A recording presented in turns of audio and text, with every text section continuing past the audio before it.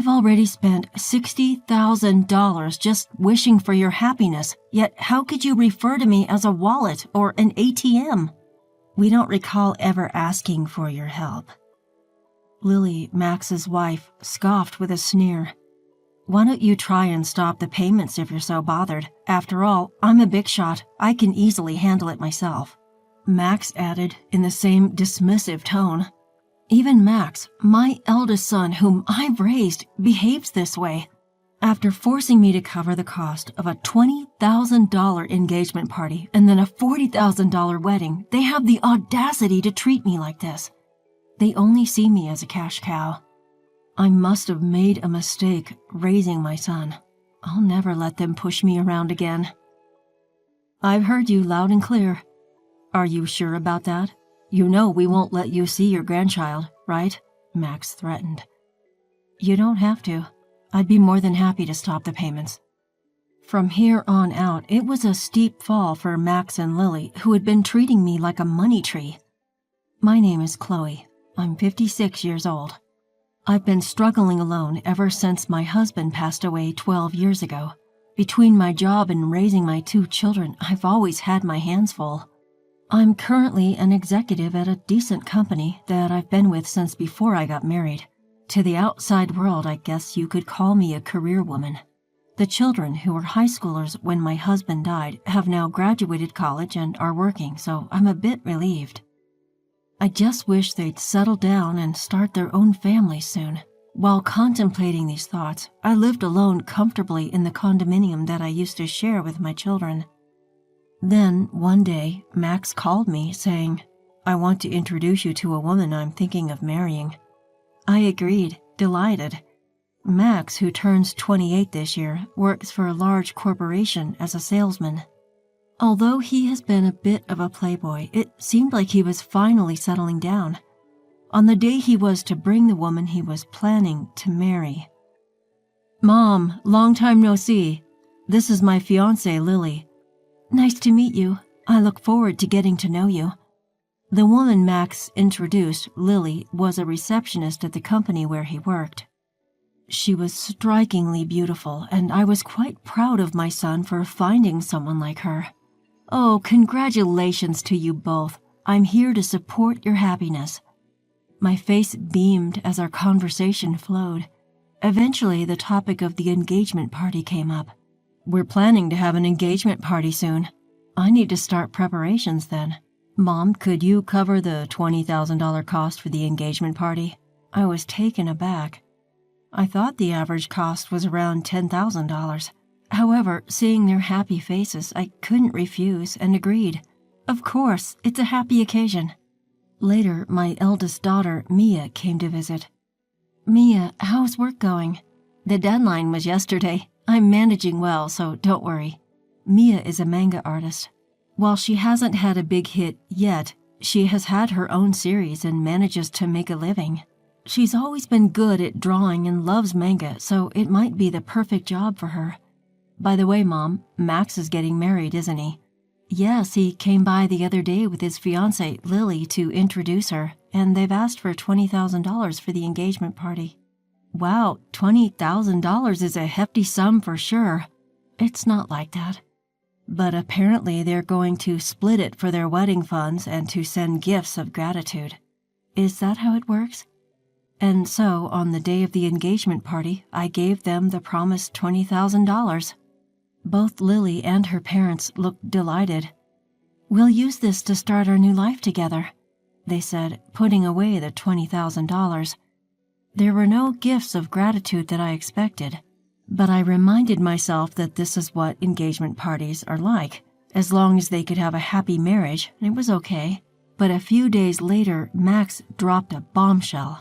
"I want a grand wedding with lots of company and connections invited. Maybe around 250 people." "That sounds wonderful." "And with that, Mom, I'd like to ask you to cover the upfront cost of the wedding." "What? I have to pay?" I was under the impression that weddings were funded by the couple themselves.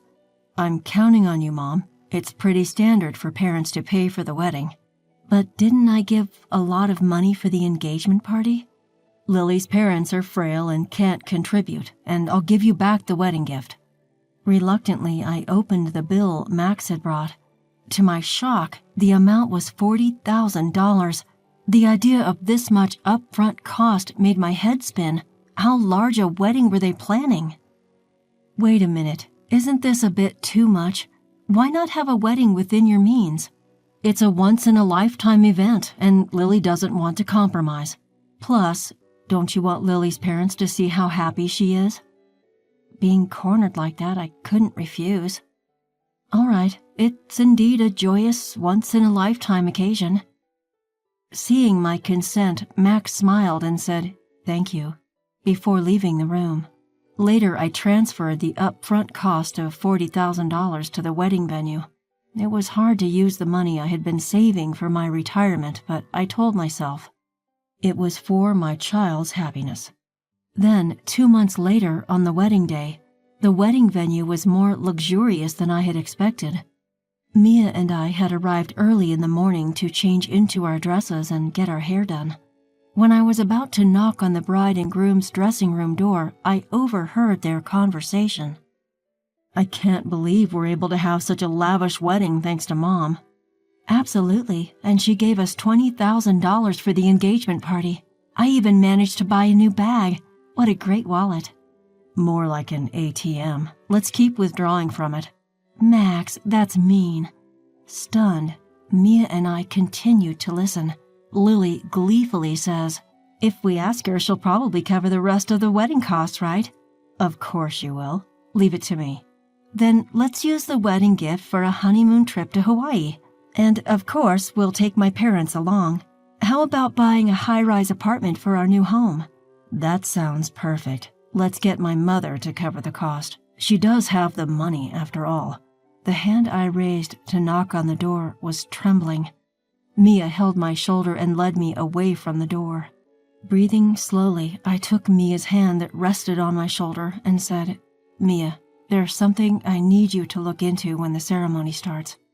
"Of course, Mom. Leave it to me." And so Max and Lily's wedding began. Their vows in the chapel, the toast at the start of the reception, all I could think about was the conversation the two of them had earlier. "Presenting the groom's mother, Chloe." Even as the MC introduced me and the spotlight fell on me, all I could muster was a bow. Mia, who'd been making the rounds toasting, came back. "Mom, I checked with Lily's relatives. Both of her parents are perfectly healthy." I knew it. "That's horrible. We need to confront them. I'll be right there with you." As Mia said this, it was time for the first wardrobe change. Lily exited first, then it was Max's turn. "Now the groom will exit. Escorting him is his mother, Chloe, who raised him single-handedly."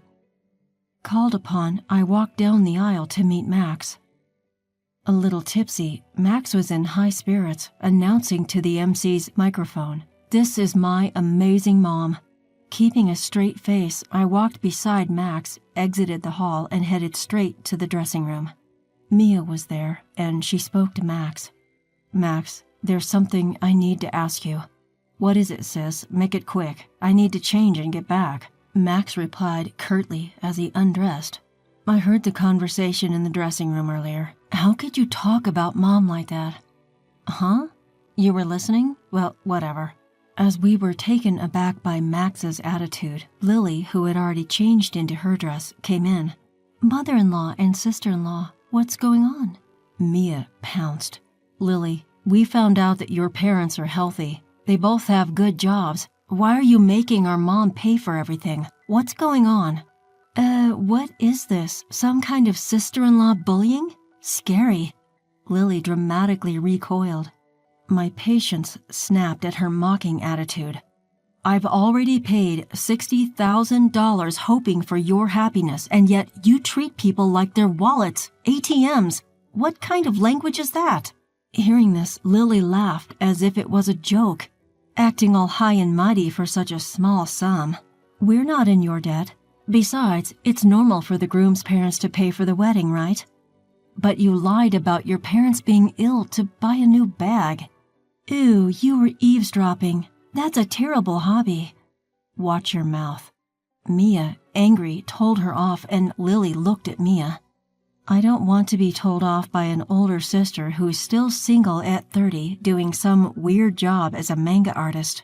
It's because you're such a nerd that you can't get married. That's right. You're hopeless when it comes to marriage, sis. Mom, if you want to see your grandkids, don't speak rudely to us. Mia was stunned, speechless. How dare you speak to Mia like that? I tried to scold them, but Max laughed and responded, If you're going to talk like that, try stopping the payments. After all, I'm an elite. I can easily handle it. Well, it'll be a shame to lose the cash cow. I had paid $20,000 for the engagement party and $40,000 for the wedding, and this is how they repay me? No gratitude, only this cruelty. I must have gone wrong somewhere in raising my son. I've had enough. I won't be manipulated by them anymore. I've heard all you have to say. Are you sure about that? If you don't listen to us, you won't see your grandchild, you know. Max threatened, but I firmly responded. That's fine. You don't need to bring them over. I'll gladly stop the payments. Max and Lily just stared at me, stunned. I'm severing our ties here. I wish you all the best. With that, I took Mia's hand and we left the venue. The joyous noise of the reception was still audible as we departed. A month later, as Mia and I were enjoying some tea at home, the intercom rang with a shrill tone. Oh, Mom, it's Max. What should we do? Let him in, dear.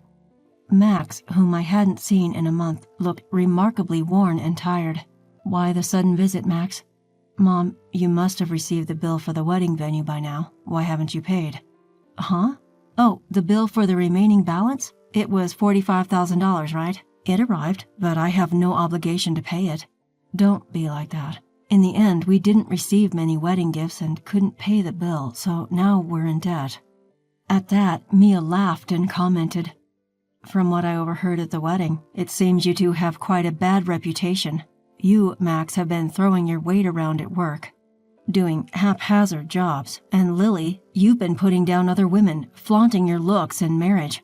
I can see why people wouldn't want to give wedding gifts to people like you. Hey, sis, stay out of this. I let out a sigh. You two, it's not just me you haven't been considerate of, it's everyone around you. The wedding expenses are your own doing. Please pay them yourselves. Max pleaded desperately. Mom, I'm in a bind here. Lily can't control her spending, and even her parents have started to take advantage of me. Lily's love of money isn't exactly a new revelation, Max. Plus, having seen Lily, I can easily imagine her parents behaving the same way. Please, Mom, think about helping us. Give us some money. To Max, who was begging, I sternly replied, You were the one who said, I'm an elite, it'll be a piece of cake, and told me to stop making payments, weren't you? And didn't you say that we were severing our ties? I have no obligation to give you any more money. Mom, don't call me Mom. I don't want to be called that by someone who has only ever seen me as a cash cow. To be honest, I'd like you to repay me for the wedding and the engagement party, but I'll write it off as a settlement payment. Now please, leave. Max, who had looked shocked, now had a malicious look on his face. Hey, are you really okay with this, Mom? Cutting ties with us like that? How will you spend your old age without a husband? Don't you want to see your grandchild? Before I could respond, Mia intervened. Don't worry about that. I will be by Mom's side. And what can an unsuccessful comic artist like you do? You can't even have children. Shut up. Max was frothing at the mouth with anger. Ah, so scary. Sure, you mock me as a failed manga artist or an otaku, yet my manga was among the top-selling shoujo manga this year. Did you know it's set to be turned into an anime and movie next year? Safe to say, I'm in a much better financial state than you and your debts. And with that, Mia revealed her successful career. At this point, Max noticed something. Hey, sis, that thing. This? Oh, you noticed? Yes, that's what's happening. Mia flashed the ring on her left ring finger. I'm getting married to my editor. He's a big shot at a major publishing house, a real high flyer, so we can take care of Mom. We don't need you. Anyway, we never intended to have our children care for us. Thanks, Mia. We're having a wedding, but we'll handle everything ourselves. We'll invite Mom, Max, but you don't need to come." To a stunned Max, I said, "Did you get it now? Never bother us again." Together with Mia, we steadily pushed Max towards the front door. "Please, Mom. And you too, sis." "Ah!" Something came to mind. "What? Are you going to give us money?" Upon hearing this, Max turned around with a happy look. To him, I said, "That director at your wedding? Turns out I didn't know, but he's a client of my company. It seems your hiring and all your undeserved privileges were out of consideration for me. I told them to stop that, though." "What? I didn't hear about this." "Stop it, please. Handle it on your own now. Goodbye." Mia and I pushed Max outside and firmly locked the door. Max was making a fuss outside, but after ignoring him for a while, it became quiet. A year passed since then.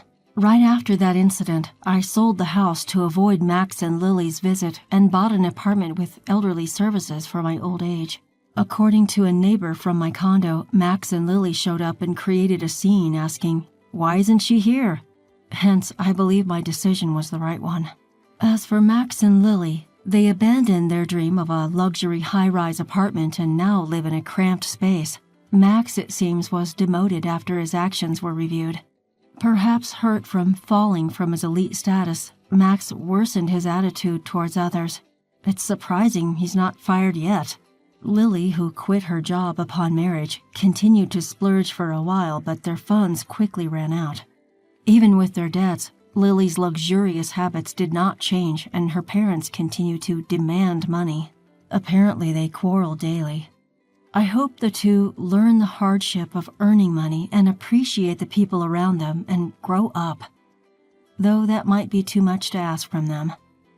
I still maintain a good relationship with Mia. Mia's husband is a good man who treats me well, and they are expecting a baby. I plan to spoil my lovely daughter and grandchild, and looking forward to it keeps me working every day.